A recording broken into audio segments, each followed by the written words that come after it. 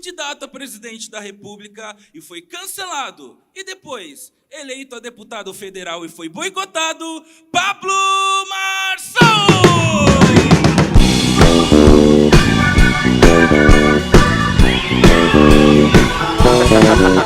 Chega aí! Tudo bom?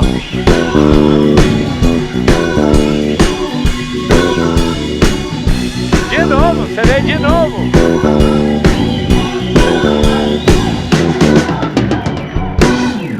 Aí sim, hein? Muito bom, você veio de novo assistir mais uma conversa. Hoje vai vir um cara brabo. Ele jura que foi ele que derrubou a Dilma Rousseff. Vocês sabem quem é? Ah, vocês já sabem quem é? Como é que vocês ficam sabendo? Passou aí? Pô, cara, você tem que falar, "Ah, não, quem é?" É um cara brabo, é um cara respeitado na política. Foi o 4º deputado federal mais bem votado de São Paulo na última eleição. Só para desencargo de consciência, eu fui o 11º com 13 dias de campanha. Só que eu não exerci porque alguém tomou meu mandato, mas tá tudo bem. A gente vai entrevistar hoje um cara que é sincero ali como homem público. Até hoje não vi nada que desabone ele. Um cara muito massa, e a gente vai fazer perguntas, e na hora que chegar o Como Tarará, você também vai fazer. O nome do convidado de hoje é Kim, o Kim Kataguiri.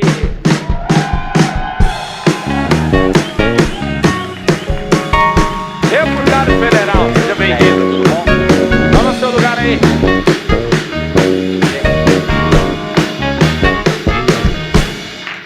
Eu gosto de cortar bem antes da... É para mostrar que é para cortar, entendeu?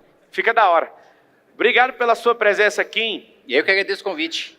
O Kim, que é um homem público. Desde quando você imaginou que você ia ser um homem público? Ixi, acho que eu decidi disputar a eleição com 20 anos. Você foi o deputado federal mais novo do Brasil? Foi o mais novo, na última legislatura. Decidiu por que ser um homem público?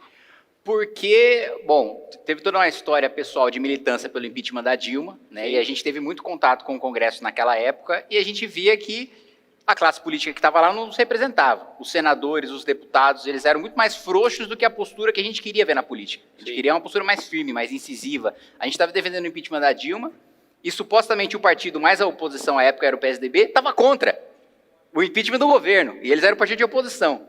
Então, a gente falou, bom, os caras nem minimamente defendem, não fazem um básico, né, arroz com feijão do papel de oposição, que é fiscalizar, que é comparecer na sessão, que é atrapalhar as votações do governo. E aí a gente percebeu que não só isso, mas todos os nossos princípios, todos os nossos valores, todos os nossos ideais de direita, de liberalismo econômico, de conservadorismo político, não estavam representados no Congresso Nacional. Daí que a gente, como MBL, não eu sozinho, decidimos disputar a eleição. Você criou o nome? Movimento Brasil Livre? Isso. Não, foi uma coisa conjunta ali. Sim. E hoje, então, se você entrou porque não tinha esses caras lá, hoje tem esses caras lá? Hoje tem esses caras lá, né? Acho que não só eu, mas outros parlamentares têm uma postura Consegue assim, falar o nome de alguém que dura, não é do seu movimento, que são os mais caras que você incisiva em respeita? relação ao governo? Não, acho que tem a deputada Adriana Ventura, que é aqui de São Paulo, do Partido Novo, né? Eu também diria que você tem o deputado Cabo Gilberto, na Paraíba, que também é um cara duro, incisivo em relação ao governo. Outros parlamentares que... o deputado Mendonça Filho, de Pernambuco, então outros que têm uma postura dura, que têm uma postura incisiva em relação ao governo e que, de fato, se dedicam para saber aquilo que parece uma coisa óbvia, parece uma coisa básica, mas lê o que está sendo votado. Porque eu digo para você com tranquilidade que boa parte da Câmara dos Deputados, vota os projetos sem ler, sem saber o que está sendo votado. Sem saber o que está... O cara está mexendo bilhão para cá, bilhão para lá, e tudo que ele quer saber é o governo está a favor ou está contra? O governo está pagando emenda, está dando cargo para votar nessa matéria? Ele não quer saber, bom, mas isso aí vai melhorar, vai piorar a vida da população? Quer saber o posicionamento do governo. Quer saber o que o governo pensa sobre isso. Se eu sou do deputado da base do governo, eu vou lá e voto junto, quero receber minha emenda e levar para minha cidade. Então, quem é um cara que tem menos emenda parlamentar, porque ele não vota com o governo. Então. Exatamente. Quem é de oposição não recebe nenhuma emenda do governo. Você não recebe nenhuma? Não, do governo, zero. O que tem de emendas são as emendas impositivas, que é obrigatório pagar para todos os deputados o mesmo valor. Essa impositiva é aquela que dá, tipo, 500 milhões de reais para cada deputado de São Paulo? Não, as emendas impositivas são 40 milhões de reais. Só? 40 milhões de reais ao ano por deputado. Cadê o resto do dinheiro, Kim? O resto do dinheiro está com os deputados da base do governo, que aí sim, esses indicam 200, 300, 400, 500 milhões de reais, leva para o seu estado e se elege com base nisso. Mas eu acho errado, inclusive, O deputado que baseia a sua atuação só em emenda parlamentar. Porque a principal função do deputado, e quando você olha para os parlamentos do mundo desenvolvido, nos Estados Unidos, na Europa, no Japão, Israel, é legislar e fiscalizar, não é executar o orçamento.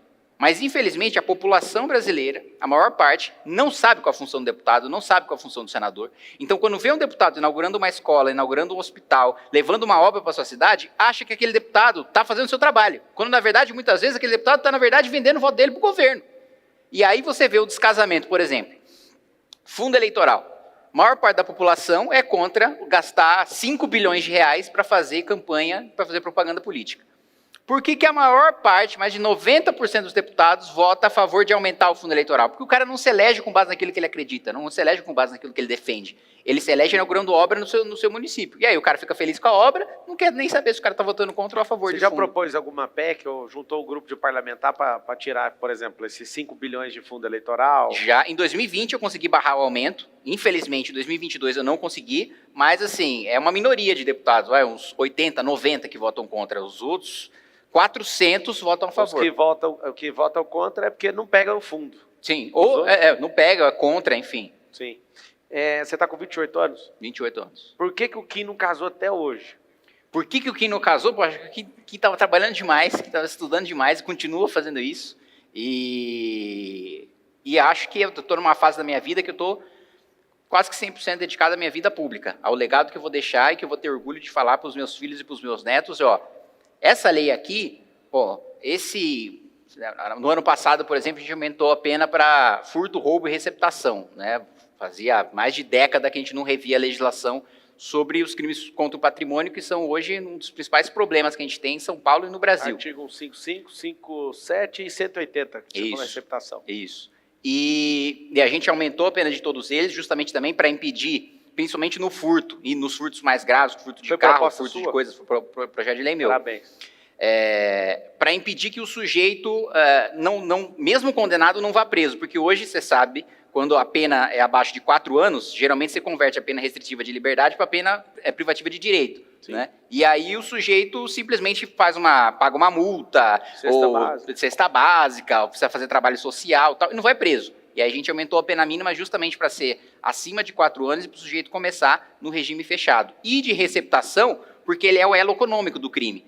Se o sujeito rouba, se o sujeito furta, ele precisa escoar esse produto de crime, esse celular, esse carro roubado em algum lugar. Se não tem quem receba, né, não tem motivo econômico, não tem incentivo econômico para você cometer aquele crime. E qual que era o grande problema? Por não ter grave ameaça e por não ter violência, a pena de receptação era muito baixa, mas é um elo econômico fundamental para crimes com grave ameaça e com violência. Daí que a gente aumentou a pena de receptação, justamente escutando a polícia, né, que relatava isso, que o sujeito que recebia não acabava preso. Foi difícil para aprovar? Foi difícil, foi assim, 1 ano trabalhando, assim, focando muito nesse projeto para conseguir finalmente aprovar na Câmara e nesse ano voltar ao trabalho para aprovar no Senado. E eu não tenho a menor dúvida de que o presidente Lula, pelo seu viés ideológico, vai vetar e a gente vai ter que trabalhar para derrubar o veto. Como ele vetou agora, sou um dos autores do projeto que acabou com saidinha temporária de preso. Né? A gente aprovou na legislatura passada, foi vetado pelo presidente da República, passou no Senado, foi vetado agora pelo presidente da República e a gente vai ter que trabalhar agora para derrubar o veto. O que é o seu sentimento? Ontem eu estava lá no parlamento, recebendo uma condecoração lá de comendador. E aí eu estava bem animado, eu fui lá dentro do plenário, fui ali no Salão Verde. Eu sinto uma energia de improdutividade aqui tão grande. E te falo isso assim que, eu não sei se você acompanhou, eu acabei sendo eleito deputado federal e fizeram uma sacanagem comigo, eu já virei essa página, não tenho o que fazer mesmo, né? Tirei uma vaga do PT e o PT foi lá e resolveu o problema. Fui eleito, quase 250 mil votos. E ontem eu senti assim, eu tenho uma percepção boa de energia. Você sente isso também, essa improdutividade ali no ar, como se fosse um lugar onde poderia resolver tantos problemas, mas parece que cada um puxa para um lado e a gente não consegue progredir como nação. Você também tem esse sentimento frequentando esse lugar toda semana? Não, mano, não sinto, eu vejo isso, pô. Sabe qual que é a média, o tempo médio para um deputado aprovar um projeto de lei? 5 anos. E o mandato do deputado tem 4.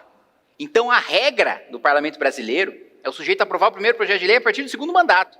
Para você ter noção do nível de improdutividade. E isso quando não é um projeto que é, por exemplo, outro dia na Comissão de Constituição e Justiça, a comissão mais importante da Câmara dos Deputados, a gente estava analisando um projeto do Padilha, que hoje é ministro de Estado do PT, para criar o Dia Nacional do Funk. Imagina, o cara ficou 5 anos com, sei lá, 200 mil de verba de gabinete de funcionário trabalhando para ele, com cota parlamentar de 40 mil reais todo mês para carro, segurança, motorista, comida, gasolina, mais o salário, para, sei lá, no 5º ano de mandato aprovar o Dia Nacional do Funk.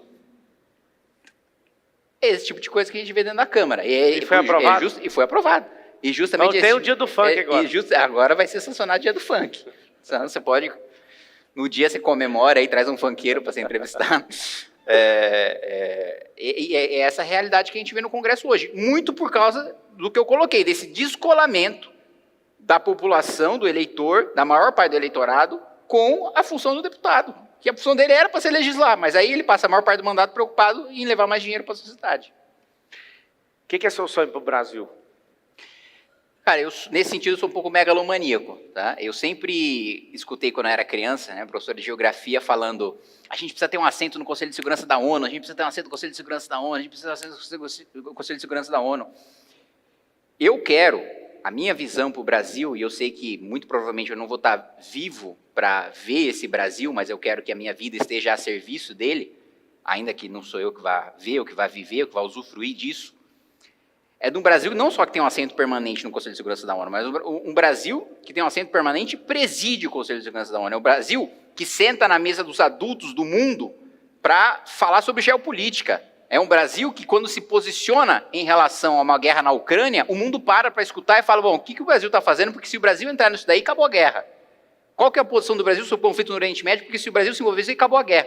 A gente está num patamar de desenvolvimento tão grande, de educação desenvolvida, que hoje a gente tem um analfabetismo infantil de 56%, uma tragédia humanitária, de saúde desenvolvida sem a gente ter, né, hoje os horrores que a gente vê de fila do SUS, de infraestrutura, que hoje a gente não tem o básico, né? A gente poderia dobrar a nossa produção agropecuária sem derrubar uma árvore sequer, só com ferrovia, só com portos, para a gente escoar a nossa produção. Então, se a gente resolvesse esses problemas domésticos para estar, né, entre os 3 países mais ricos do mundo, e ditando as regras da geopolítica global, esse é o país que eu projeto e que eu acredito que a gente tem potencial para ser. Porque o Brasil, ele já foi um país levado a sério para o mundo, as decisões do Brasil já interferiram diretamente nos destinos do mundo, no Império de Dom Pedro II. A gente já foi grande, a gente já foi relevante, a gente já esteve na mesa dos adultos. Dá para a gente ser. E mais do que isso, há 60 anos atrás, a Coreia do Sul, Singapura, Hong Kong, eram mais pobres, tinham mais analfabetos, tinha menos saúde do que o Brasil. Ou seja, a gente tem uma notícia péssima nisso, que significa que em 60 anos a gente não melhorou nada, né, quando comparado com o resto do mundo em desenvolvimento, nem comparando com o país desenvolvido, comparando com o mundo em desenvolvimento. Pega o Sudeste Asiático. Ano passado eu estive lá, Singapura, Indonésia, né, os países estão assim, explodindo de exportação para o resto do mundo, aproveitando o conflito dos Estados Unidos com a China e com a Rússia. E a gente está parado, né? A notícia ruim é que a gente, em 60 anos, podia ter se desenvolvido e não se desenvolveu. A notícia boa é que tinha gente pior do que a gente, está hoje, e que conseguiram se transformar em país desenvolvido. Então, acho que a gente consegue. Eu vejo que você tem um perfil analítico, é uma máquina de dados e tudo.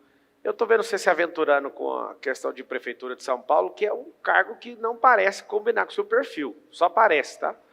Eu trabalhei 4 anos com recrutamento e seleção, e não estou falando de maldade, não. Eu vejo que você está entre os 513 deputados, na minha avaliação, que está um pouco distante, que eu não estou acompanhando tanto, mas pelo pouco que eu vejo que você é top 10 lá no Congresso Nacional hoje. 513. Mas eu não consigo ver como que uma máquina igual você, com esse tanto de informação, com esse tanto de pujança política, né, esse punch seu em ser um grande legislador, que eu reconheço que você é, independente de qualquer coisa de partido, quem pensa sabe que você é. Você é um cara dedicado a ponto de te colocar aí nesse top 10. Que doideira que é essa de pegar esse cara analítico e sentar num cargo altamente burocrático, altamente... você tem que suportar tanta loucura, tanta gente, tanta pressão. E eu vejo que às vezes a gente vai perder um talento no parlamento para mexer com prefeitura. Da onde você tirou isso? Da minha experiência do primeiro mandato. Eu sempre acreditei, e eu sempre disse, que preferia estar no poder legislativo para pensar a estrutura de país e para pensar a longo prazo, para pensar a Constituição, para pensar a estrutura, os problemas estruturais do nosso país, e não o gasto do dia a dia, a folha de pagamento, e não a burocracia do dia a dia do Poder Executivo, justamente por pensar que é o Legislativo que tinha mais poder de mudar as coisas no longo prazo. Exercendo o mandato, eu percebi que a maior parte dos projetos que a gente aprova são do Poder Executivo. Independentemente de ser de curto, de médio e de longo prazo, a maior parte das mudanças da Constituição que a gente faz vem do Poder Executivo. Quem mais legisla no nosso país não é o Poder Legislativo, é o Executivo. É o Executivo que pauta o debate político. E mais do que isso, o prefeito de São Paulo, ele tem um orçamento maior do que todos os governadores do Brasil, com exceção do governador de São Paulo. Todos os outros governadores do Brasil têm um orçamento menor do que o prefeito de São Paulo. O prefeito de São Paulo, ele é um governador. E a cidade de São Paulo é a única capital que não tem um escritório político em Brasília para articular uma bancada para defender os seus interesses. E aqui na cidade de São Paulo, cada R$11 que a gente paga de imposto, R$11 que a gente paga de imposto, para Brasília, volta um. É o menor ROI da República. O cidadão que trabalha, estuda na cidade, no estado de São Paulo, é saqueado todo dia pelo governo federal. E a prefeitura não tem o mínimo que é o escritório político em Brasília. Então eu escuto muito, Pablo, inclusive dos meus eleitores. Pô, mas a gente vai perder um cara importante no Congresso Nacional, a gente vai perder um cara que faz um embate importante no Congresso Nacional. Não. O prefeito de São Paulo, eu como deputado sou um voto. Como prefeito, eu tenho a capacidade de influenciar o voto de toda a bancada dos deputados federais do estado de São Paulo. Então, como prefeito, sou 50 votos dentro do Congresso Nacional. Agora, o prefeito atual não exerce esse poder. E, para além disso, a situação que a nossa cidade está, é a cidade mais rica da América Latina. Como é que tem 700 mil miseráveis? Como é que a gente está batendo recorde de roubo? Se você não estivesse disputando e tivesse dois caras no segundo turno, que é o atual prefeito e o mandatário do CEO da República aí, você acha que qual dos dois ganharia a eleição? Hoje, no cenário de hoje. Hoje, qual ganharia? Acho que o Ricardo Nunes ganharia pela rejeição do Boulos. Você acha que rejeição faz o cara perder? Faz. Eleição majoritária? Faz. Eleição majoritária... A última eleição majoritária tinha os dois com maior rejeição e o cara mais temido de todos os tempos, que você lutou contra ele, eu também. E não adiantou, o cara tinha uma rejeição absurda, todo mundo tinha pavor dele. Por que ele ganhou? Mas ainda assim, o Bolsonaro conseguiu ter uma rejeição maior. O segundo turno é disputa de rejeição. Agora, no primeiro turno, independentemente da sua rejeição, você precisa ter relevância para ir para o segundo. Então você pode apanhar, a imprensa pode estar contra você, você pode ter uma rejeição muito grande, mas se você tiver um apoio muito grande também, aí você vai para o segundo turno. Aí no segundo turno é disputa de rejeição. Agora, na sua pré-candidatura, você acredita que você vai para o segundo turno? Sim, claro, eu disputo para ganhar, não disputo para marcar posição. Muito bom. Bom, o que é a principal coisa que você acha que você pode mudar na cidade de São Paulo? Segurança. Sem dúvida nenhuma, segurança. Dá uma ideia aí, o que é que você quer fazer na segurança? Primeiro ponto, estive em São José dos Campos recentemente vendo o programa deles de o CSI, né, que é o Centro de Segurança e Monitoramento, e eles têm um sistema de câmeras com reconhecimento facial, inteligência artificial, que o sujeito comete um crime na rua, a pessoa liga, fala, olha, um cara de camiseta azul, mochila vermelha e bicicleta acabou de levar o meu celular. Você coloca no sistema, né, o cara de bicicleta, coloca a mochila vermelha, a camiseta azul, imediatamente vai aparecer todas as pessoas na cidade com aquela característica. Com isso, eles conseguiram reduzir os crimes, o número de roubos em 70% em São José, o número de homicídios em 40%.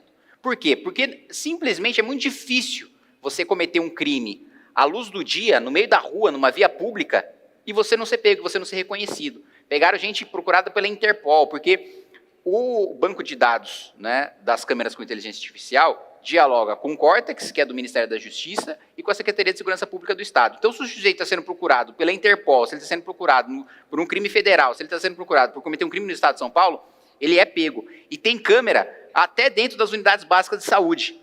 E aí tem dois casos muito curiosos que me contaram lá, que eu achei até engraçado. Um, no traficante que foi levar a tia para uma consulta na UBS, a câmera de reconhecimento facial estava dentro da UBS, pegou ele, a polícia militar foi lá e prendeu. O cara foi levar a tia para uma consulta, foi pego. E a outra coisa, como você tem essas câmeras dentro das UPAs, que é a unidade de urgência e emergência, se o criminoso vai lá, troca tiro com a polícia, é baleado e vai para urgência e emergência para salvar a sua vida, ou ou ele vai para a UPA e vai ser preso, porque a Câmara vai reconhecer que ele é o bandido que trocou tiro com a polícia e ele vai para a cadeia, ou ele vai morrer, porque ele não vai poder ser tratado na UPA. Então é um cerco ao crime muito forte. E aqui na cidade de São Paulo a gente sofre não só com o crime organizado, com o PCC, que assim está tomando a cidade com a Cracolândia, agora com o escândalo dos ônibus, os contratos milionários de dinheiro do pagador de impostos da cidade de São Paulo, indo diretamente para o bolso do PCC. Mas com o crime desorganizado também, com roubo, com furto, assim, não existe nenhuma área, e eu já rodei todos os 78 distritos da cidade, em que a principal preocupação não seja a segurança pública, independentemente de bairro, de classe social, de profissão, a principal preocupação é a segurança pública. Até tem ruas, né, que você precisa decidir, tem um farol, chegou às 10, 11 horas da noite, você precisa decidir se você vai ser roubado pela prefeitura, se você atravessar o sinal vermelho, ou se você vai ser assaltado ali, vai ficar parado no sinal. Então, hoje, antigamente, aliás, se dizia que você não podia andar com o celular no meio da rua. Hoje você não pode andar com o celular dentro do seu carro, que quebra o vidro e leva o celular. Então, assim, está numa situação que é a pior que eu já vivi aqui na cidade. Né? Boa. Me fala uma coisa.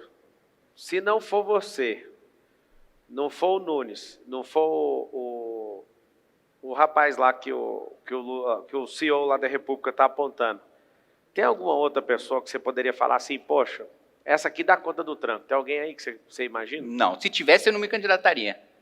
A Tabata não dá conta? Porque eu ia apoiar, não dá. A Tabata, veja, fazendo uma comparação da Tabata com o Boulos, né, na atuação deles e conhecendo os dois da Câmara dos Deputados, a Tabata é um Boulos pausterizado. Ela continua sendo da base do governo Lula, continua votando junto com o governo, continua passando pano para os escândalos do governo, continua não fazendo um trabalho de fiscalização e controle que é de um deputado federal. Então, assim, na natureza, assim, os dois têm um discurso diferente, mas tem práticas dentro da Câmara dos Deputados muito parecidas. Então, não acho que dê conta do recado. Ainda mais sendo a principal preocupação da cidade de São Paulo a segurança pública.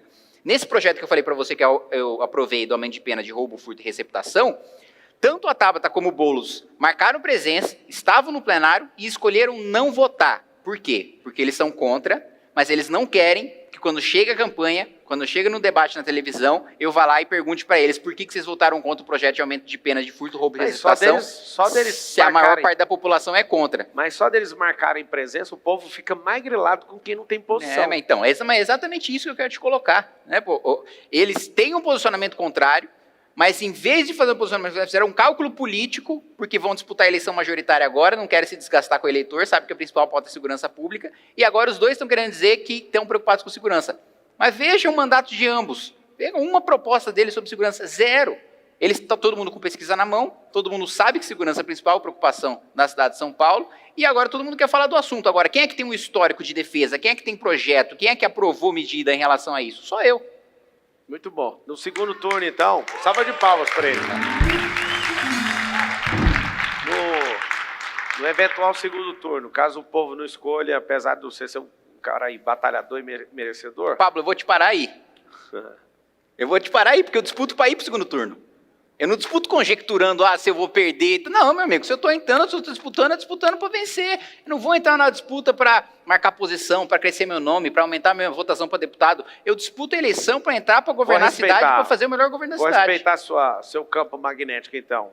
Quem dos dois você não apoiaria de jeito nenhum? Você está fazendo a mesma pergunta? Não, estou falando de segundo turno, falando de outra coisa. Não, é a mesma coisa. Quem de jeito nenhum? Não, mas se eu falar... Você não apoiaria de jeito nenhum dos dois? Se você me perguntar quem de jeito nenhum, você está me perguntando exatamente a mesma coisa de quem eu apoiaria. Vamos lá, então. Acabou a eleição, você perdeu, o Nunes ganhou, então. Você apoiaria ele, conhecendo ele, pelo que você já viu que ele fez, você chegaria a apoiar? Acabou a eleição já, pronto. Não, se acabou a eleição, eu vou... Não, primeiro, eu não vou apoiar ele, não sou aliado político dele, não acho que ele faça um bom governo para eu ser um deputado, digamos assim, da base do governo Nunes, porque, enfim, nem seria possível que eu não sou vereador. Mas, boas medidas eu concordaria e apoiaria, e más medidas eu criticaria, como faço hoje. Sim. E se seu partido não tirar o apoio, o que é que você vai fazer? Eu vou brigar até o final para ser eu nomeado. Fala o seguinte para mim. Se alguém promovesse um processo de cassação lá na Câmara, porque você é um cara enjoadinho, né, para o sistema político.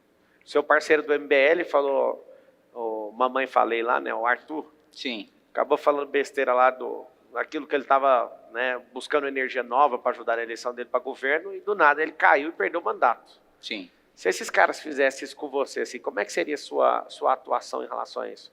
Você já sabe que o sistema, quando quer derrubar, vai lá e derruba e pronto. O que você faria com o povo? Você faria a mesma coisa que você fez ali, gritar para esse povo ir para a rua? O que você faria numa situação dessa? Similar à do Arthur Durval. Eu ia cair atirando, eu ia falar que eu estou sendo derrubado não pelos meus vícios, mas pelas minhas virtudes. Eu estou sendo derrubado não por eu cometi algum erro, porque eu roubei, porque eu matei alguém, diferente de outros deputados que roubam, que até matam, né? Eu estou sendo derrubado porque eu incomodo eles. Eu estou sendo derrubado porque toda vez que eu chego e falo que, discutindo, por exemplo, outro dia a gente estava discutindo a regulamentação do Uber. Eu falei, ó, é muito fácil para você, o deputado do PT, né, falar que vai querer cobrar 27,5% do motorista de aplicativo, quando você gasta 8 pau por mês com aluguel de carro e 10 pau por mês com gasolina, que eu não sei que você está fazendo tanto, que você consegue gastar 10 mil reais de gasolina todo mês de dinheiro público, você está rodando o mundo, né, com o seu carro, porque, enfim, não sei onde é que você está enfiando esse dinheiro. Então é muito fácil você fazer isso quando você não depende de nada disso, quando você não conhece a realidade desses trabalhadores, quando você nunca pegou um Uber na vida, porque você está lá muito tranquilo, com o seu carro de luxo, com sua segurança, com o seu motorista, com sua gasolina, paga com dinheiro público.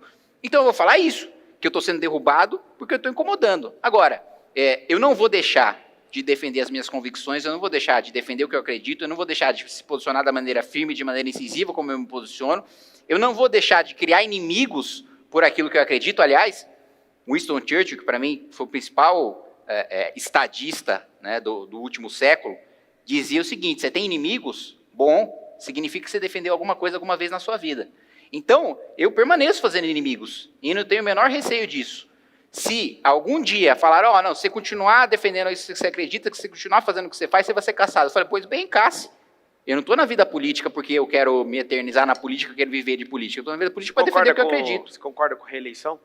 Com reeleição, para cargo executivo eu não concordo, acho que ele tinha que ter um mandato mais longo, para o sujeito poder planejar uma política pública e poder implementar essa política pública pensando de fato no seu mandato, na sua gestão, e não pensando na próxima reeleição, e mesmo porque são os cargos executivos que têm a máquina para se perpetuar na eleição e na reeleição. Então, se você ganhar, você já vai fazer um compromisso de não ir para a reeleição. Posso fazer o compromisso de não ir para a reeleição tranquilamente. E agora, o que eu defendo é que o mandato seja mais longo, para você, em um mandato, poder fazer muito melhor. Ou que a gente adote a legislação americana, que você tem uma reeleição e acabou, nunca mais você pode disputar aquele cargo na sua vida.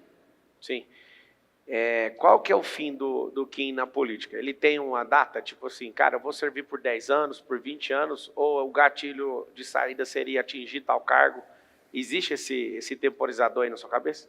Existe. Eu não quero ficar o resto da minha vida para a política, eu sempre digo isso para os meus eleitores, sempre digo isso para os meus apoiadores, né? Eu quero deixar, como eu coloquei para você, eu quero deixar um legado na minha vida pública, que eu olhe para trás, que eu me orgulhe, que eu fale isso para os meus filhos, que eu fale isso para os meus netos, e o maior projeto, o maior benefício, o maior legado que eu puder deixar para o país, eu vou trabalhar para conseguir. Agora, não vou te precisar, vai ter um período, vai ter um cargo na minha vida que eu vou parar, mas que vai ter um momento da minha vida que eu vou parar, porque eu tenho vontade de seguir carreira acadêmica, eu tenho vontade de fazer mestrado, tenho vontade de fazer doutorado, tenho vontade de advogar, tenho vontade de dar aula, e eu quero fazer isso para a minha vida, eu acho que posso contribuir muito para a sociedade. Você tem que casar também, na iniciativa privada, tem que casar, tem que ter filho. Você só vai casar depois de sair da política, mesmo então? Porque, não, posso casar também dentro da política também, mas, sem dúvida nenhuma, estar na política e levar a política a sério dificulta muito você cuidar de uma família, né? Mesmo porque se você leva a sério uma família, você cuida da sua família, você precisa dedicar tempo para ela, você precisa dedicar tempo para os seus filhos. E o Bolsonaro, o que você tem para falar dele? Eu acho que ele perdeu uma oportunidade gigantesca de fazer um bom governo de direita e de fazer com que a direita ficasse pelo menos 16 anos no poder. E eu coloco aqui 4 pontos principais, 4 críticas principais que tem o governo Bolsonaro. Primeiro ponto, a indicação do Procurador-Geral da República, que é o chefe do Ministério Público.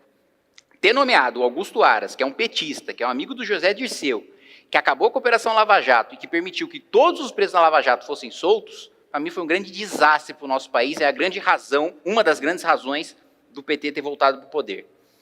Outro ponto, no primeiro ano de mandato, eu articulei junto com outros deputados um projeto que voltou para a pauta agora, foi discutido no Senado, que é acabar com decisões monocráticas no Supremo, que é acabar com essa história de um ministro vai lá, dá uma decisão, senta em cima da decisão 15 anos e nunca submete para os seus pares, e aí cada ministro tem o poder de um semideus. Bolsonaro, a pedido do Toffoli, vetou esse projeto que a gente aprovou no Congresso Nacional e criou esse monstro que a gente está assistindo agora. Outro ponto, mais uma vez envolvendo o Supremo, indicou o Cássio Nunes Marques para o Supremo Tribunal Federal, que foi o responsável por dar o voto de Minerva, o voto de desempate, para retornar com os direitos políticos do Lula.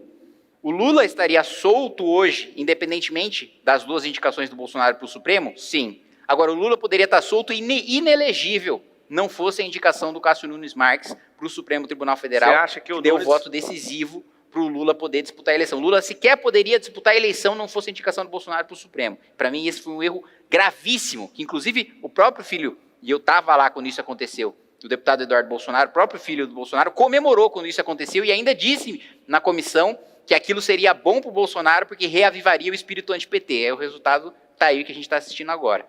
Então, eu acho que esses são os pontos que são os erros graves que ele cometeu e que fez com que a gente estivesse vivendo a situação que a gente está vivendo hoje. Confia na urna eletrônica? Eu acho que a urna eletrônica, ela poderia sim ter um sistema mais auditável, ela poderia sim ter um sistema em que, né, automaticamente você checa a pessoa que você votou e depois você pode permitir, não uma checagem, conta a checagem impressa manual, acho que isso dá mais margem para fraude, já aconteceu e já deu errado no nosso país, dá mais margem para fraude do que isso, mas também acho que a gente poderia melhorar o sistema de auditoria da nossa urna eletrônica. E você confia nos ministros do STF? Não. Zero. Eu acho que o Supremo Tribunal Federal hoje se transformou num parlamento paralelo do PT. Estava vendo hoje mesmo, mais cedo, 1 hora atrás, a gente aprovou a desoneração da folha de pagamento, né? Ou seja, redução de tributos em cima da folha de pagamento. O PT perdeu no plenário, perdeu no Congresso, nós derrubamos o veto, Lula vetou, a gente derrubou o veto, o Haddad publicou medida provisória, a gente derrubou a medida provisória dele, que, aliás, a gente nem deveria ter votado, porque medida provisória, quando é ilegal, o presidente do Senado tinha o dever de devolver o presidente da República sem nem o Congresso votar. Mas, enfim, o Pacheco não teve coragem, a gente votou, derrotou. Agora ele recorreu, caiu no Zanin, que era advogado pessoal do Lula, e ele derrubou a desoneração da folha de pagamento com uma canetada, com uma decisão monocrática que era para a gente ter acabado no primeiro ano do governo Bolsonaro. Então, assim, acho que, para além disso, né, a gente tem agora as decisões sem direito ao contraditório, sem direito à ampla defesa, sem o devido processo legal. O Supremo abre inquérito de ofício, sem ser provocado pelo Ministério Público. E aí a própria vítima do suposto crime é o relator do caso, orienta a Polícia Federal, né, faz o papel de Ministério Público e julga o caso. Então, assim, se transformou não só num órgão que, em ministros que usurpam o poder legislativo, que usurpa a competência legislativa do Congresso Nacional, mas que também desrespeita o devido processo legal e que, dependendo da orientação ideológica do parlamentar que ele está julgando, e para mim, essa é uma mudança que a gente tinha que fazer urgente no nosso país, que é o modelo europeu. Uma coisa é a Corte Constitucional, uma coisa é o Supremo Tribunal Federal. Outra coisa é a Corte que julga os políticos. São duas coisas distintas. Corte Constitucional julga a tese abstrata, julga a lei, não julga a gente. E a Corte que, de fato, julga casos criminais, na minha avaliação, aliás, nem deveria ter foro privilegiado, nem deveria ter uma corte especial para julgar os políticos. Mas se há o foro, que seja julgado por uma corte que não seja a corte que julga as leis, como acontece na Europa. É interessante que o foro privilegiado foi estabelecido no regime militar, né? Pós, né? Durante o regime. Não, pós. Foi durante. Esse direito foi criado justamente para mostrar para... Você também é jurista, eu também sou, eu salvo engano, foi. Eu lembro da crítica, porque hoje deve ter 70 mil pessoas com foro privilegiado. Sim. E aí eu fiquei chocado estudando isso, né, se eu tiver errado, depois alguém corrige. Olha para mim o período que foi colocado isso aí no Brasil. E esses caras colocaram isso justamente para dar direito político e falar, não, nós não temos uma ditadura. E hoje os caras usam disso como um instrumento para ser bandido, né? Assim, e não respeitam o mínimo. Você acha, então, que, olhando para esse cenário aí, que parece irreversível do Supremo Tribunal Federal, você acha que a gente deveria lutar para colocar mandato para ministro do Supremo e tirar esse negócio de O cara ficar até... Imagina, você aguentar um cara que acaba de entrar há 40 anos, 30 anos. Você acha que tem que ter mandato Com também? certeza, para mim, 10, 12 anos o máximo no mandato de ministro supremo e com impedimento de disputar a eleição. Porque senão também a gente queria um sujeito que fica lá 10, 12 anos no Supremo dando um monte de decisão para fundamentar depois a candidatura dele para presidente, para senador e tal. Você acha que tem alguém fazendo isso? Não pode usar isso para trampolim político. Você acha que tem alguém fazendo isso? Eu acho que foi indicado um ministro que é, evidentemente, um militante político, que é o ministro Flávio Dino. E que ele mesmo, antes de entrar no Supremo, logo ao ter a sua aprovação nomeada, disse que quando sair do Supremo pode voltar para a política. Mas, porra, isso é uma patifarice. O país sério é motivo do sujeito nem assumir o cargo dele no Supremo. É motivo de ter uma indignação popular tão grande que o sujeito renuncia de vergonha. Né? Você acha que o Brasil tem jeito?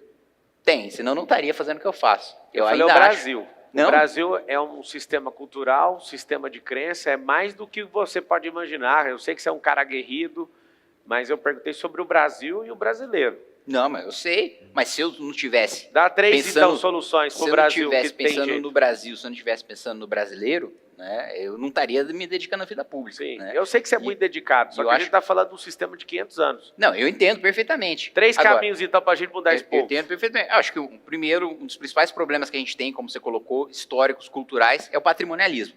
Né? As pessoas confundirem o que é público com o que é privado. Né? Tanto os políticos acham que o poder e que o dinheiro é deles, como a população acha que o poder e o dinheiro é dos políticos. A maior parte da população acha isso. E concorda com isso quando o sujeito vai lá e inaugura a obra e o sujeito aplaude. É como, tem uma analogia muito boa do Nando Moura, que ele diz o seguinte: quando você vê um político inaugurando uma obra no seu bairro e você aplaude ele, é como se você sacasse o seu dinheiro no caixa eletrônico e aplaudisse o caixa eletrônico. Fala, porra, tá, obrigado por dar o meu dinheiro. É isso.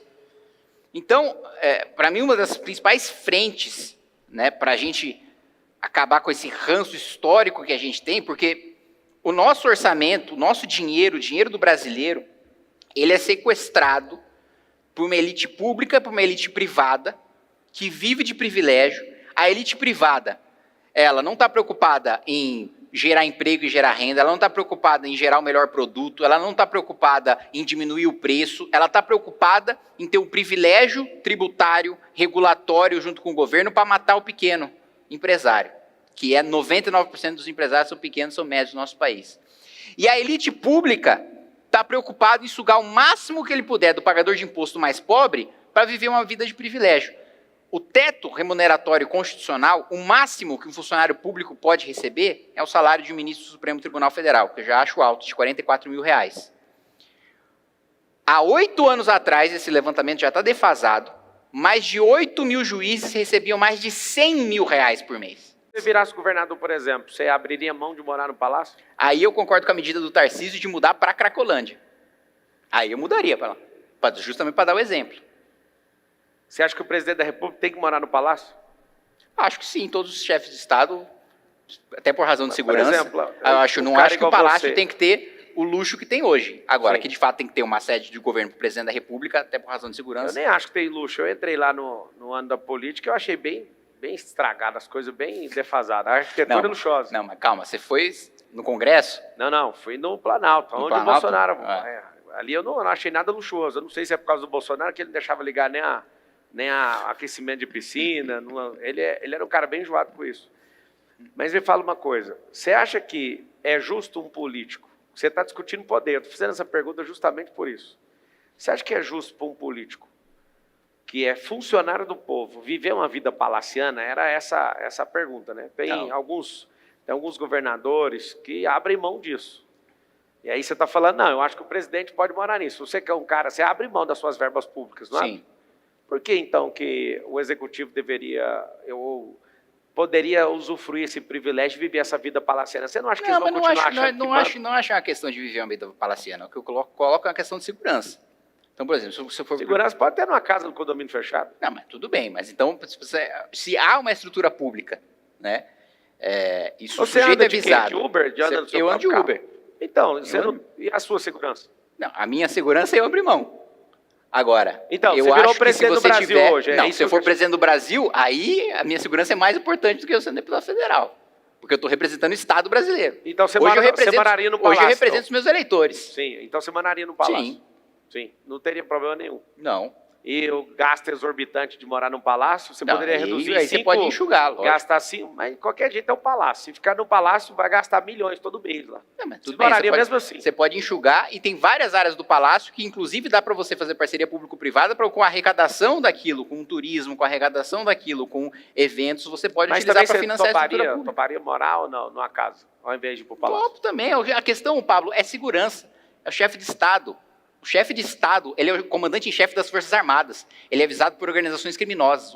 Se ele combate, se eu for, vamos colocar no mundo imaginário hipotético que eu sou presidente da República. Eu sou presidente da República, eu vou declarar guerra ao PCC, eu vou declarar guerra ao Então o Comando governador Vermelho. também tem que morar. Eu preciso, não, acho que o governador também, porque ele também é o comandante-chefe da Polícia Militar. Certo. Então não teria problema nenhum gastar. Eu já entendi que você falou sobre mesclar esse... Dá para ser austero. Agora, você não precisa se matar para isso. Você analisando as contas públicas aí da Prefeitura de São Paulo, se você assumir no próximo ano, você acha que você consegue baixar em quantos por cento com essa austeridade sua? Baixar o quê? Os gastos do governo? Acho que dá para a gente baixar pelo menos 20%. E a gente já está falando... Como? Opa, peraí, dentro dos gastos, só para você ter uma ideia.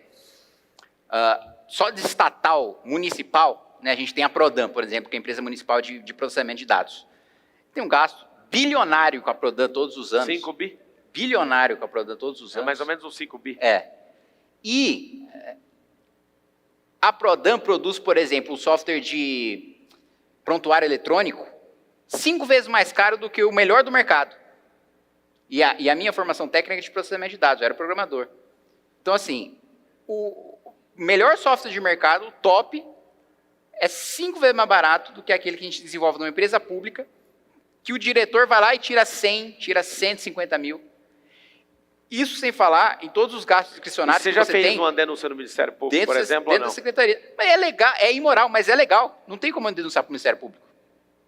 O Ministério Público vai falar. Mas se o melhor do mercado é X e o dele é 5 vezes mais caro, eu sei que é imoral, mas pode detectar ou pelo menos abrir uma investigação para ver o processo licitatório. Sim, não, eu representei o Tribunal de Contas e o Tribunal de Contas falou, é legal.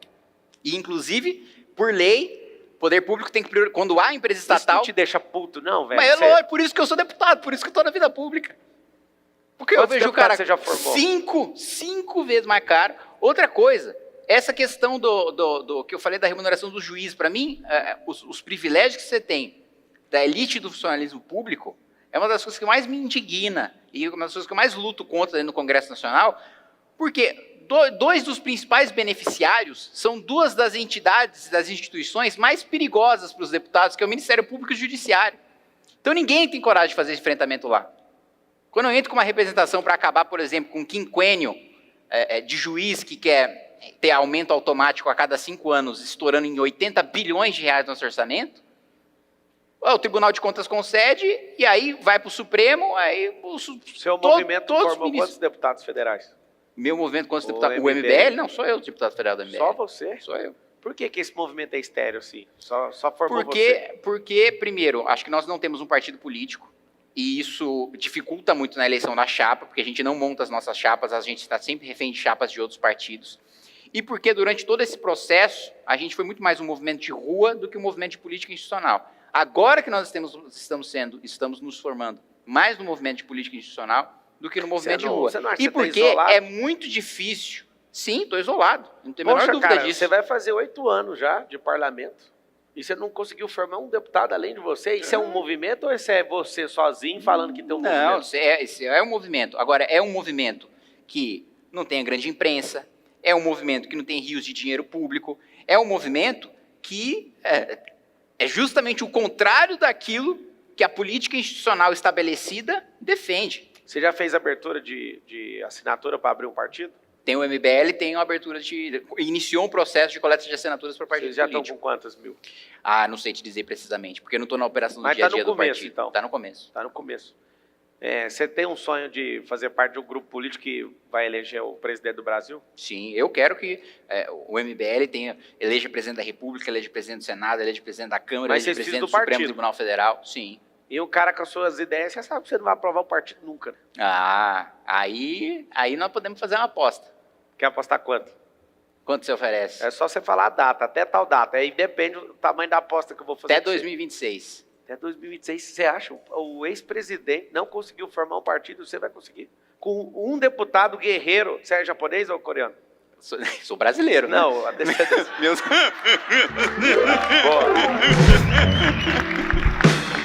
A descendência da onde? Meus avós são japoneses. Japonês.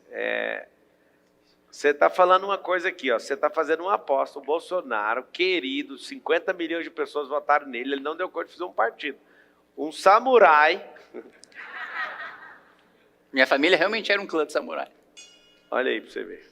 Um samurai que está lutando sozinho vai conseguir fazer até 2026? Ué, essa é a aposta. Até 2026. Quer pegar quanto você não vai conseguir? 50 mil reais. Vou te dar 500 mil reais se você conseguir validar esse partido. E eu te pago 50 se eu perder, então? Você não precisa. Você vai fazer o seguinte: Ah, se você perder esse negócio até 2026, seu candidato à presidência da República vai vir de vice comigo. fechou. Fechado? Fechou. Está apostado. Tá E está apostado. apostado. Se você conseguir validar e alguém do seu partido, que seja um vereador pelo seu partido até 2026, não vai ser de vereador, vai ser majoritário, ganhar uma eleição ali validando o partido, não é falar que tem. Eu te dou 500 mil reais de investimento para a campanha na minha pessoa física. Fechou? Fechou. Está apostado e você já perdeu. Muito bom. Agora, você vai enfiar a mãozinha nessa caixinha aí, Kim. Do lado aí, ó, tem uma caixa secreta, você enfia a mão, tem alguns objetos. E você tira, vai lá. Não tem nenhuma sacanagem, não. Política é desconfiada. Escolhe um item, puxa esse item. Saiu a Bíblia Sagrada. A Bíblia. Qual versículo que já mexeu com você assim, que você leu e falou, poxa, vou mudar de vida ou eu vou aplicar esse conceito? Essa Bíblia está em inglês. Mas tem algum versículo ou não tem? Você não tem proximidade com isso às vezes? Depende da sua resposta. Não, o que eu levo não é um versículo, mas é não é um mandamento também, mas é uma orientação, por assim dizer, do sebastianismo, né? Eu sou anglicano, que é ora et labora, né? Não espere que as coisas vão cair do céu. É a expressão em latim para reza e trabalha. Reza e trabalha. Né? Não espere que as coisas vão cair por oração. Mas da Bíblia você não... De um versículo específico, não. Ou de uma história de alguém, tipo alguma coisa que a Bíblia impactou a sua vida, alguma coisa assim. Acho que a história, né, do êxodo do povo judeu do Egito, da fuga da escravidão, que inclusive a passagem é agora a Páscoa judaica, a gente está nesse período aí nos próximos dias, é uma história que inclusive eles simbolizam, né, comendo coisas amargas, comendo coisas salgadas, e é uma história que me impacta, que inclusive no ano passado eu estive em Israel, fazendo a Via Crucis, né, conhecendo o Santo Sepulcro, onde estava fincada a cruz de Cristo, onde nasceu Jesus Cristo, e que é uma história de, primeiro, você negar, você rechaçar falsos ídolos, né, que surgem a todo tempo e que tentam te tentar a todo tempo, e de, ao mesmo tempo, você não só ter uma fé em Deus, mas nos seus irmãos, mas todas as pessoas que estão te acompanhando naquela trajetória, que estão passando pelo inferno com você, e justamente por estar passando pelo inferno junto com você, que aquelas pessoas vão estar junto com você pelo resto da sua vida, porque é justamente nesses momentos que você sabe, quando você está no pior momento, quando você está sendo mais linchado e mais destruído por todos, que você sabe que quando você olha para o seu lado, que o cara que está do seu lado é realmente seu irmão. Muito bom. Pega mais um item aí. Vamos lá. Escolha o item, taca a mão, já puxa pra fora. Tá querendo fazer leitura de mão aí. Tirou um frango. Que é isso? Quando que você se sentiu um frango fraco, impotente, assim, pode falar, poxa, esse aqui foi meu momento de maior fraqueza, de impotência, principalmente.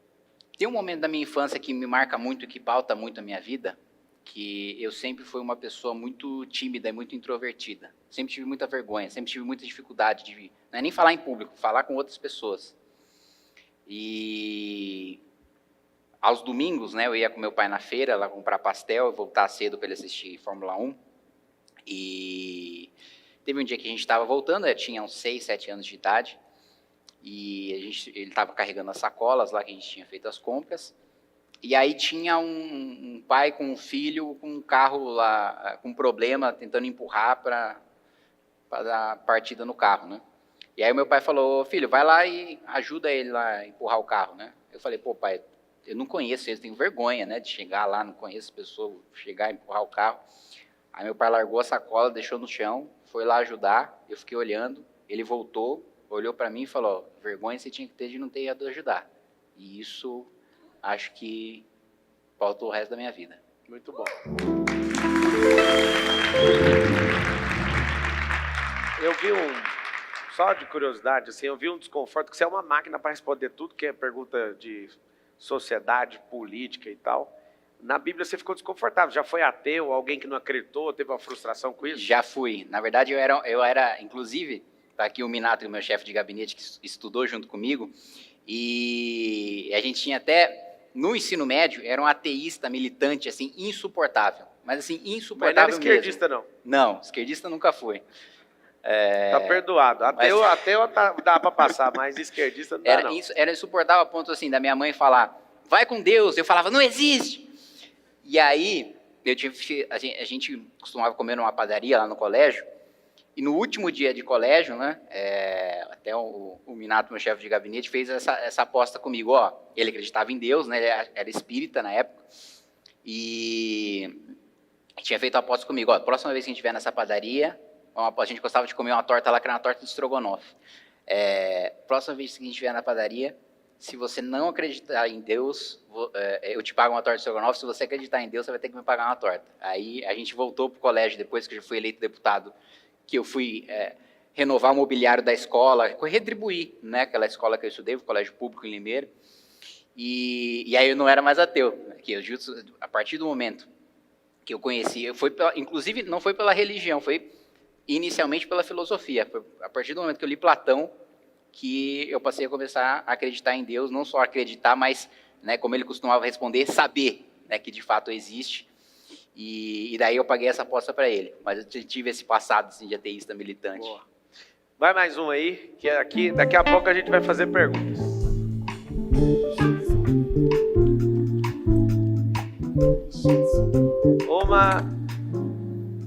Que é isso? Uma máscara. Quanto a máscara social que você tinha, uma coisa que você colocava, às vezes por necessidade de aprovação, uma medo máscara de ser rejeitado, e ser, tipo assim, uma coisa que você até arrepende ou não, mas que você usava e parou de usar. Um comportamento, um filtro. Eu não digo uma máscara social, mas as pessoas, quando me veem em debate, em entrevista, na tribuna, acham que eu sou uma pessoa muito extrovertida e acham que eu falo muito na minha vida pessoal. E aí, quando elas me encontram pessoalmente, falam, pô, você é quieto, né? Você escuta mais do que você fala. Eu falo, esse sou eu no dia a dia. Agora, quando eu estou aqui conversando com você, ou quando eu estou na tribuna, quando eu estou no debate, quando eu estou na televisão, eu estou exercendo minha função pública. Eu estou defendendo aquilo que eu acredito, estou defendendo aquilo que os meus eleitores acreditam, estou levando minha convicção para frente. Mas na vida pessoal, primeiro, eu não fico falando de política o tempo todo, como as pessoas imaginam. Pô, aqui na vida pessoal deve calar a boca. Pô, você viu a medida do Haddad na semana passada? Não, eu não sou o cara que fica falando de política o tempo todo. Pelo contrário, na minha vida pessoal eu fico falando de... Não sei se você gosta, se você já viu, de anime, de mangá. Né, é disso que eu falo na minha vida pessoal. E eu não sou extrovertido, eu não sou falador, eu sou mais... Você não quis decretar o dia do anime, do mangá lá no Congresso Nacional? Não. No máximo, uma sessão solene em homenagem à cultura pop japonesa. Agora, dia... Legal. Tem um quadro aqui que chama Começa com Como. Duas pessoas da plateia vão te perguntar, indo direto no como, toca a musiquinha, enquanto os microfones rodam.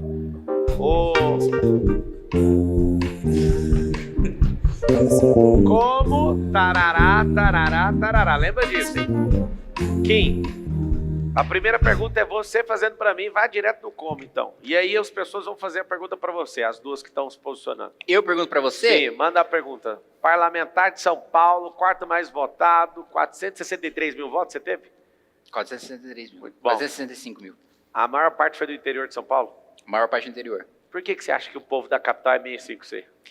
Porque eu acho que o interior é mais direitista do que a capital, né? A capital ela é mais cosmopolita, a capital, diferente das cidades do norte e do nordeste, né? Na capital, a esquerda é mais forte do que no interior de São Paulo, né? Isso, historicamente então sempre vai ser um problema para você vencer esse negócio. Ah, mas ela não é, ela é uma das cidades mais à esquerda do estado, mas não é uma cidade de esquerda.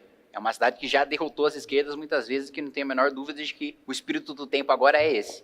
Agora, uma pergunta para você com como, vou fazer, acho que uma pergunta meio óbvia que você já deve ter respondido várias vezes. Como que você consegue mobilizar e influenciar tanta gente e ter tanto alcance? Acredito que gerando micro-resultado, micro-resultado é assim, a pessoa assiste uma vez, você passa uma tarefa, ela aplica e vê que funciona, chama micro-resultado.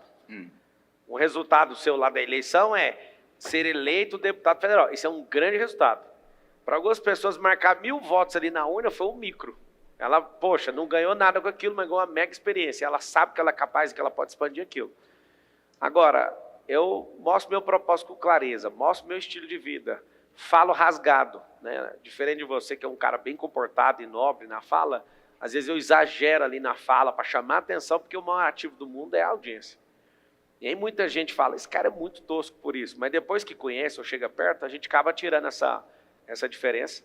Eu entendo, né, que poderia ser um processo menos doloroso, mas a gente está diante de um povo, né, que acredita em bandido, a gente está diante de um povo que cai em conversa fiada de um monte de gente, então é um povo ainda vitimizado. Se você às vezes cutuca nessas feridas, você é falado por isso.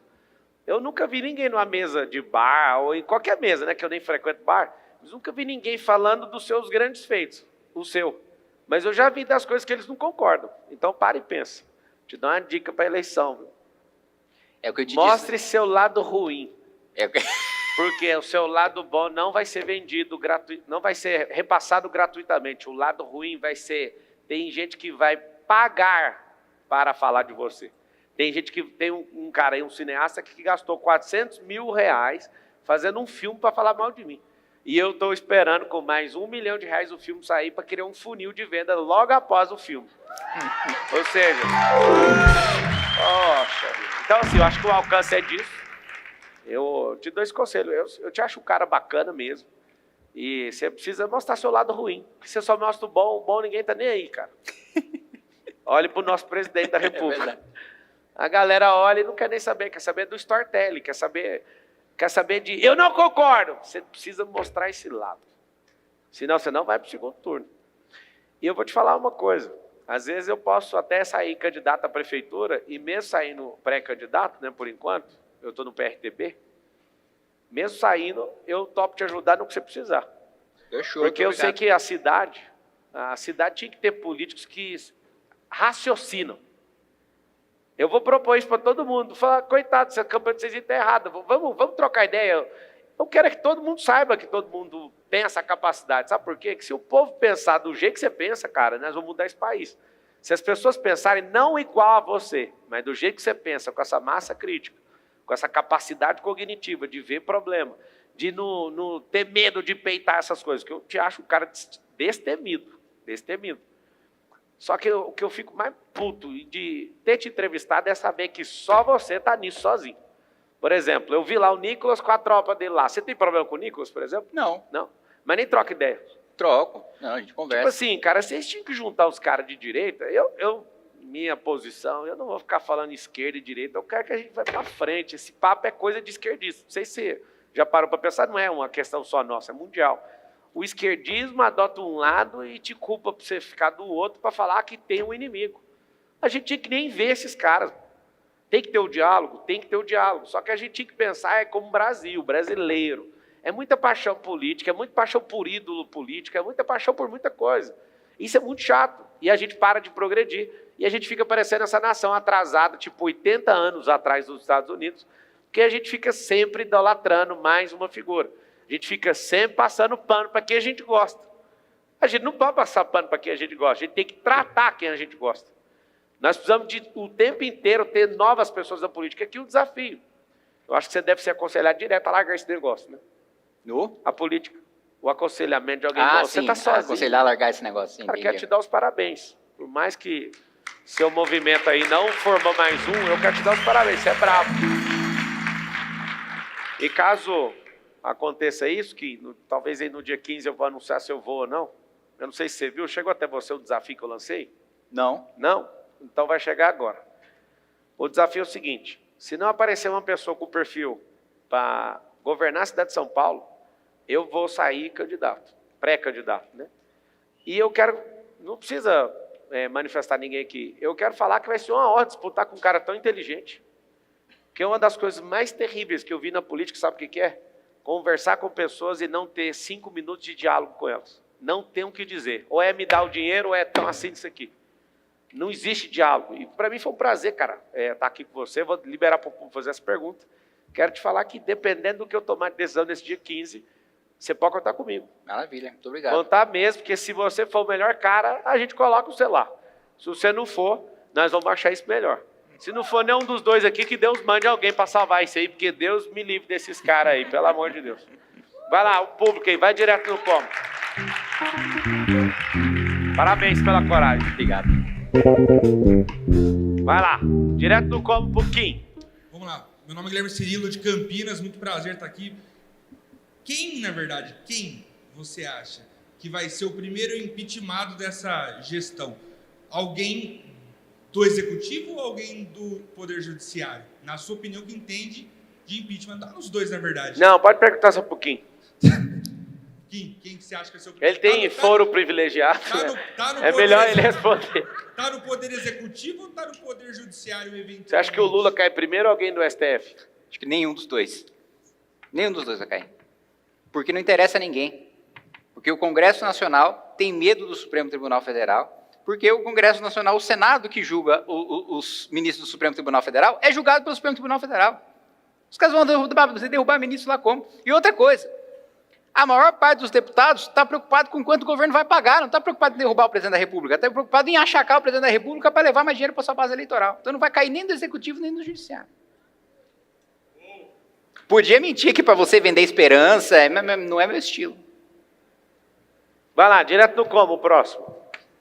Kim, um pouco como você está dizendo aí, qual a chance do Brasil dar certo e de mudar essa situação que a gente tem se as decisões são tomadas com base em compra de votos, se são tomadas com base em cargos políticos? Como que isso vai poder mudar algum dia e alterar esse status quo se as pessoas que entram lá são corrompidas, vamos dizer assim, por esse sistema e tudo acontece com base nisso? Eu não vejo uma perspectiva de melhora. Como que isso pode acontecer? Vamos lá, vou começar pelo final. O primeiro ponto, eu discordo de uma premissa fundamental da sua pergunta, que é as pessoas chegam lá e se corrompem. Ninguém chega lá e se corrompe. O cara sempre foi um canalha, ele só é um canalha com mandato agora. O cara nunca foi um sujeito decente, nunca foi um sujeito honesto, nunca foi um sujeito correto. Ele simplesmente ganhou o poder e a oportunidade para roubar mais. E antes ele vivia de pequenas pilantragens, agora ele vive de pilantragens públicas. Esse é o primeiro ponto. O outro ponto é justamente por ser tão difícil e é justamente por demorar tanto tempo que eu digo para você que eu não vou ver o país que eu quero e que eu estou trabalhando agora para que, talvez, no futuro, os meus filhos vejam. Mas eu acredito que sim, dá para mudar, porque como eu coloquei para vocês, a Inglaterra já foi um país mais corrupto e mais pobre do que o Brasil. Coreia do Sul já foi um país mais corrupto, mais pobre, com mais fome, com mais analfabetismo do que o Brasil. Não é uma impossibilidade a gente conseguir. É que nós temos problemas estruturais tão profundos que vai demorar décadas para a gente chegar lá. Mas dá para a gente chegar lá. A gente já esteve lá. Não há nada de inferior, de maneira inata, no brasileiro que impeça ele biologicamente de conseguir ter um país desenvolvido em algum momento. Tem outras nações desenvolvidas que tiveram momentos piores do que a gente está hoje, mais esperançosos do que a gente está hoje. Por isso que eu acredito que dá para a gente fazer. Muito bom. Você tem uma noção, a China, que vai atropelar os Estados Unidos agora no Produto Interno Bruto, em 1990 tinha um PIB menor do que o do Brasil. Você vê o que é uma nação. Lá tem dois modelos, né? Às vezes você fala, pois é, lá é comunismo. Lá não é comunismo só. Lá eles mesmos falam com a língua deles. Tem negócio na China. Eles falam, uma nação, dois sistemas. Eles desenvolveram o metacapitalismo lá. E, ideologicamente, esse comunismo, eles criaram um projeto de país para rodar em 50 anos. Esse negócio está chegando no meio do caminho agora e, pasme, antes do que eles planejaram, eles vão atravessar os Estados Unidos no meio. Falando de PIB. 1990, busca no Google. O Brasil estava na frente da China em PIB. Ou seja, tem como? Tem, mas vai ter que mudar a mentalidade. Então, um apelo que eu faço para todos vocês que estão assistindo esse programa, que eu acho que foi muito rico esse momento aqui, conhecendo você um pouco mais, é que nós precisamos de pessoas inteligentes na política. Nós precisamos de pessoas que estão dispostas a perder muita coisa para entrar na política. Porque os que entram na política hoje são pessoas que estão dispostas a ganhar muita coisa. E assim como o Kim falou, as pessoas elas não são corrompidas pelo dinheiro. O dinheiro maximiza o caráter de uma pessoa. Então o que a gente precisa é a multiplicação de políticos que têm ideologia Brasil. Políticos que de fato estão a fim de mudar alguma coisa. Só que primeiro vai custar muito caro. Pode custar toda a sua reputação, pode custar todo o seu recurso, pode custar talvez sua liberdade. E o país não vai mudar se vocês não ouvirem essa convocação. Se é de MBL ou não, se é de qualquer partido ou não, que se levantem nessas eleições pessoas dispostas talvez a não experimentar o que a gente quer, mas pelo menos plantar e ensinar a próxima geração pelo menos a regar, que talvez a outra geração vai viver isso. E eu sei que a gente está tão imediatista que você não topa fazer isso. Deixa do jeito que está. É por isso que esse país está literalmente uma merda. Eu faço esse apelo para vocês. Vários de vocês têm chamado político, mas são covardes. Vários de vocês, até Deus já falou no seu coração para você mexer com isso, você não tem coragem. Eu não sei o que é que está te atrapalhando ainda. Se tem só um cara, se tem só dois, se tem três, não interessa. Está faltando você nesse negócio. Eu acredito que assim como o exército, Kim, a gente vai fazer os 18 anos, todo mundo tem que ir lá se apresentar no serviço público, né? A gente não está precisando, estamos há mais de 100 anos sem guerra nesse país, graças a Deus. Mas assim como o exército, a gente deve se alistar. Eu acredito que isso deveria ser um negócio que todo mundo deveria se apresentar para servir de alguma forma à população. Se é com cargo público, se é servir como voluntariado, mas principalmente as mentes pensantes desse país. Eu faço esse apelo, você vai terminar o programa mandando seu recado, mas eu faço esse apelo, aproveite essa oportunidade. Inclusive, quero te dar esse livro aqui. Eu já publiquei 53 livros, esse aqui é um dos que eu tenho mais carinho. Cada brasileiro um governante. Eu quero que... Esse não é um sonho. Talvez a gente vai dormir, vai morrer, né? E não vai enxergar isso. Mas esse plantio, ele precisa ser bruto nessa geração. Eu acredito que cada brasileiro pode ser um governante, sim. E você pode começar governando a sua vida, você pode governar a sua casa, você pode governar seus filhos pequenos, treinando eles para prestarem. Você pode governar seus negócios, a sua comunidade, seu bairro. E às vezes, quem sabe, você servir a sua vida aí com o público, igual o Kim está servindo, igual eu estou me dispondo também a fazer isso. Espero que você responda esse apelo. Kim, lá naquela câmera verde lá, tem 8 bilhões de pessoas em todas as línguas ouvindo uma mensagem que você tem como ser humano. Todo mundo vai ouvir essa mensagem. É a sua maior mensagem. Qual que é a sua maior mensagem?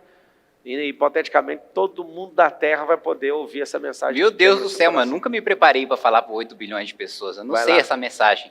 Eu vou ter que inventar alguma coisa na minha cabeça agora. Dê o seu melhor. Sua cabeça é boa e rápida. Ah, não, mas não é fácil assim, não. O que eu diria para 8 bilhões de pessoas, Pablo? Essa é a Terra inteira. Eu não tenho a menor ideia do que eu vou falar para 8 bilhões. Isso mostra seu senso de propósito. Tipo, por mais que você precise de mais alguns segundos, que eu sei que você é safo e dá conta de resolver isso aí, pensa na humanidade inteira te dando atenção por poucos segundos. Você tem essa oportunidade, não joga lá fora. O que você faria e falaria?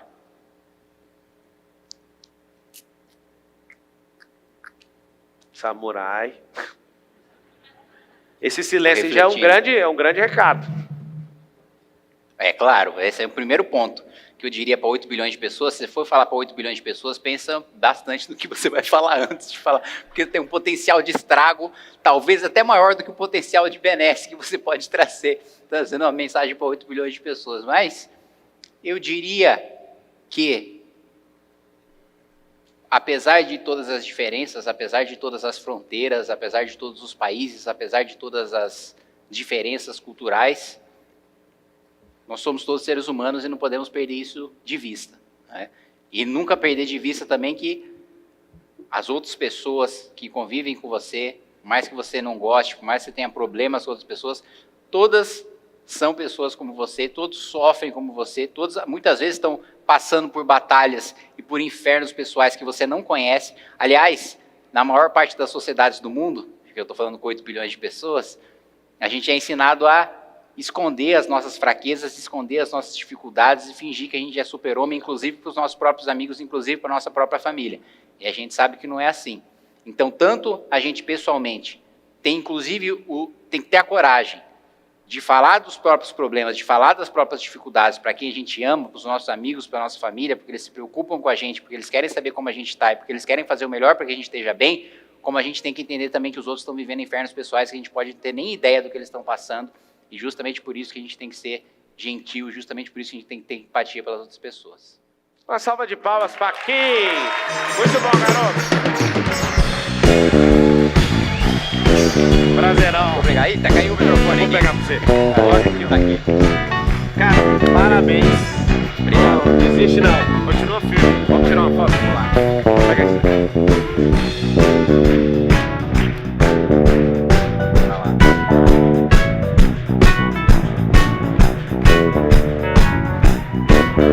Cara, muito bom. Você formar mais gente com essa cabeça sua, cara. Estamos trabalhando para isso. Vamos, obrigado. Eu quero te ajudar nisso aí. Parabéns. Dá um tchauzinho aí na câmera ali, a gente já vai. Tá ótimo. Valeu, gente! É nóis. Obrigado. Vá cuidar da sua vida e cuidar do Brasil.